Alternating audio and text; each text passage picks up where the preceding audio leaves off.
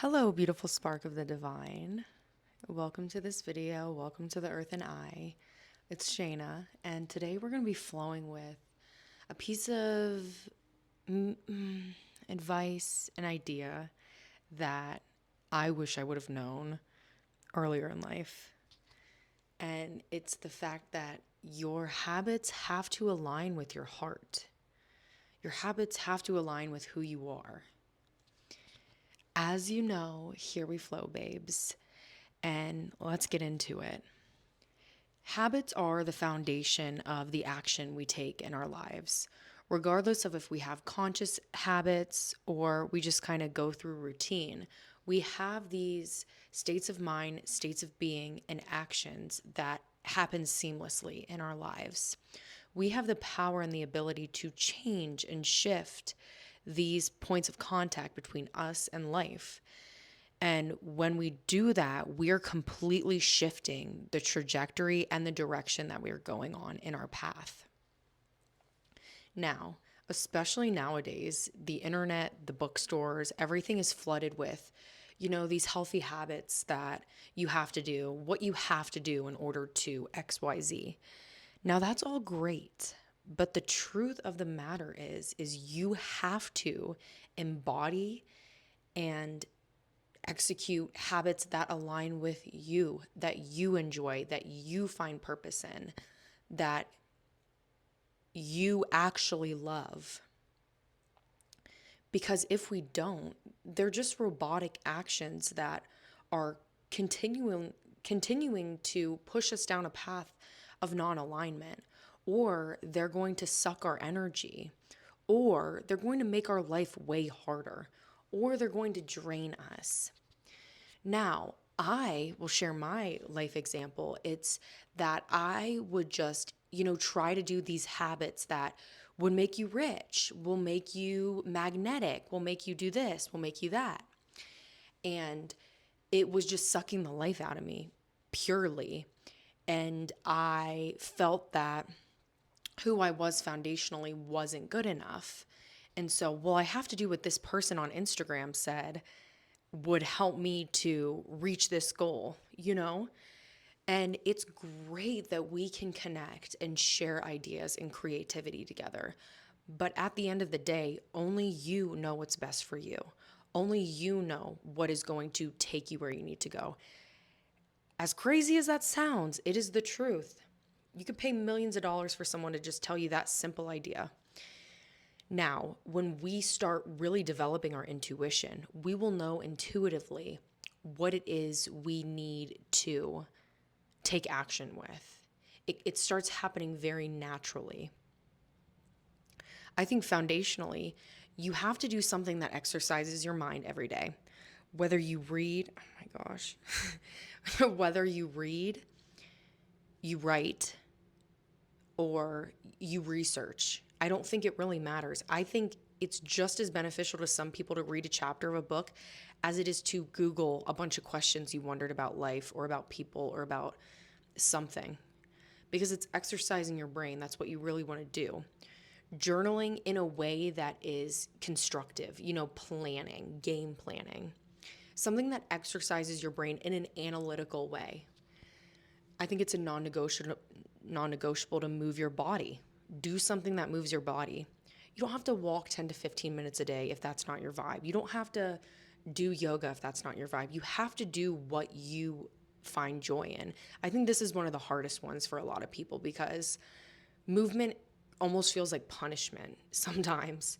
But I believe everyone has a form of movement that their body loves, that feels like home.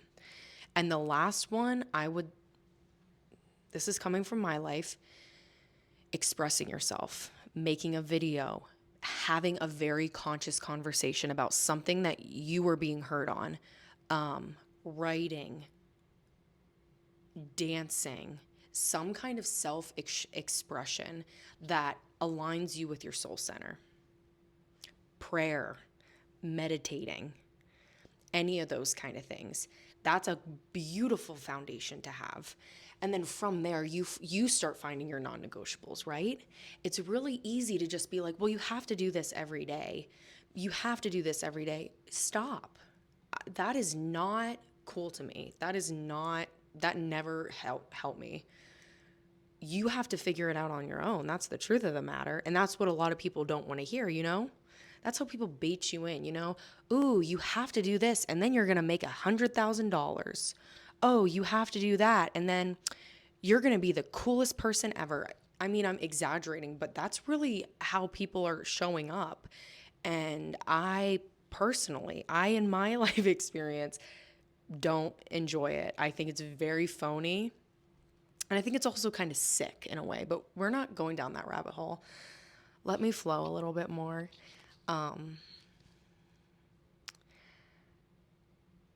That foundation of practices, you can fill in the blanks. That's the big emphasis here is you get to fill in the blanks. What do you actually enjoy doing?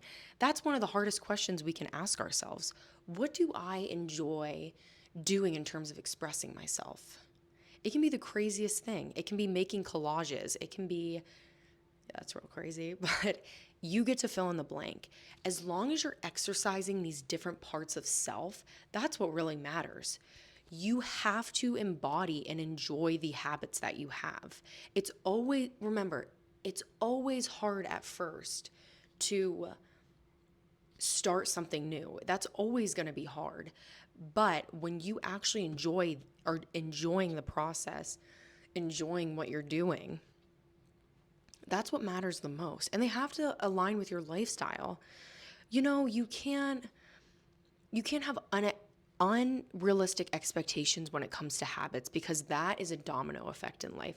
That's really what I experienced, was that I was having these unrealistic expectations with myself in terms of habits and daily routines. And that was just domino affecting and catapulting me into a really bad spot in all aspects of my life because I was not being honest. That's really what it came down to. I wasn't being honest. I wanted so badly, you know, to be clear-minded or to be abundant or to be these things that I was willing to do anything to get them. But that's not what life asks of us. That's not what we need to do. We have to know thyself and therefore take those baby steps that fully embody and embrace the whole of who we are. When we think about habits, it would be boring if everyone had the same habits, the same daily routine. Truthfully, we would not live in a creative world. We would not live in a world of abundance. It would be a very limited realm and frame of reference if we all filled our day with the exact same thing.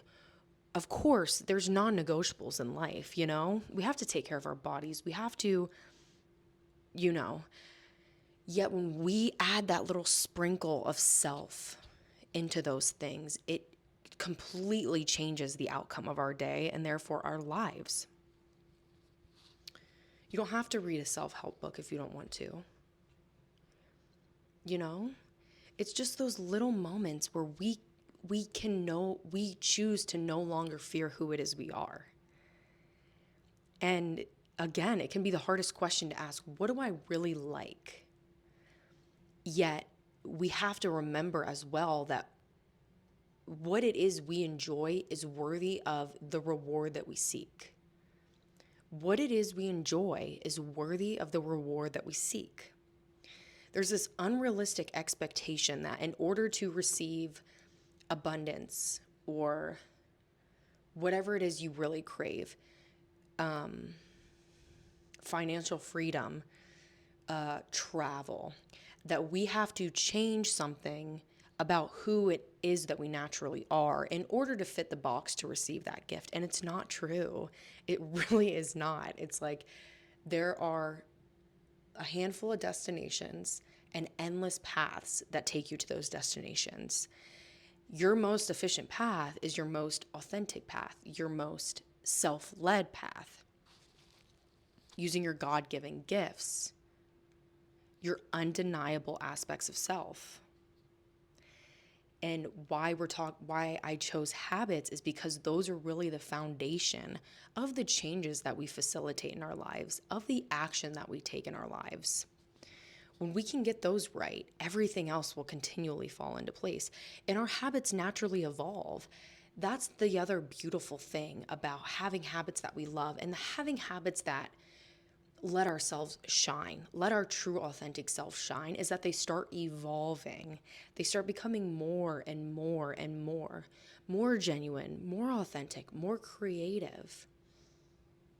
And then it creates that chain of events in our lives where, the moments of our lives start picking up on that vibe, start feeling that energy, and it's more alignment, deeper alignment, truer alignment. We can't just have habits because they're good for us. Sure, that is a big part of it. And honestly, that's probably a controversial thing to say. It's so funny. I'll get into these flows and then like my analytical, like, excuse me. But you can't have habits that are just because they're good for you. I've tried. I think many people have tried and they've failed. You can't just do something because it's good for you. Nobody wants to hear that. You have to have a deeper connection to it. Of course, that can be one side of the coin that it's good for you. What's the other side of the coin? We have to have that other side of the coin or it's out of balance. It just kind of fizzes out. It fizzes out or we go into airplane mode. That's a beautiful part about having habits you love. You go through these habits consciously. There's a huge difference between going through your habits and your daily routine consciously versus on autopilot. Of course, we ride on autopilot throughout our lives, but the more we can limit being in that state, juicy. It's very juicy. That's juicy life. That's creative life. And when we have these habits that stimulate us in a way that brings us into clear consciousness, immaculate. Immaculate. So pay attention to that. Is this just kind of like an autopilot habit, or is this something I'm truly doing with consciousness and maybe even creativity? The key there, finding deeper meaning, having more understanding. This doesn't mean you have to, wipe your slate clean of the habits and the daily things that you love to do. What it's really calling is finding deeper meaning in the little things that we do. Putting more emphasis on how important these little things that we do are. And writing deeper meaning, finding deeper meaning in the things that we do. Even something simple like brushing your teeth.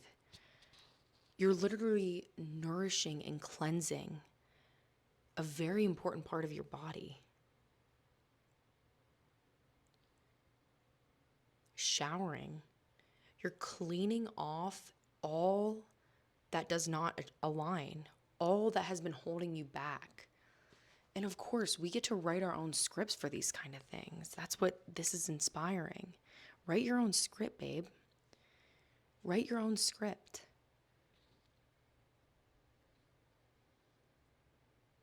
Love what you do every day. Embody the habits that you actually love, the habits of the heart. Even just a fun little practice like, if I had everything that I so desired, what would I be doing right now? How would I go through this yoga flow? How would I make dinner tonight? And that's when the timeline shifts start coming. The little baby moments. So as we wrap this up, don't just pick up a habit because it's good for you. Pick up the habit because why? Because why to you? Practice with that. What you love to do, what it feels good for your mind, body, and soul is good enough to get you where you need to go. All that has to happen is evolution. All that has to happen is deeper rooting and more creativity. And when you funnel your consciousness into that space, it happens naturally.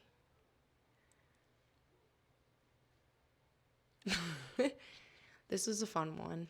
And this is definitely, I wish I would have known this a couple years ago when I first really started getting into consciousness and such, because the habits are the foundation. They do create a chain of events, a domino effect in our lives. And I'm very grateful that the truth is we each are worthy of doing what feels best for us, that we all know what's best for us. And it doesn't mean we couldn't use some help, but at the end of the day, our internal guides and God will put us on the best universal path in the littlest of moments and the mundane of our lives. Thanks for being here. Thanks for sticking through the flow. And if you have any unique habits, go ahead and drop them in the comments. I'd love to hear from you guys.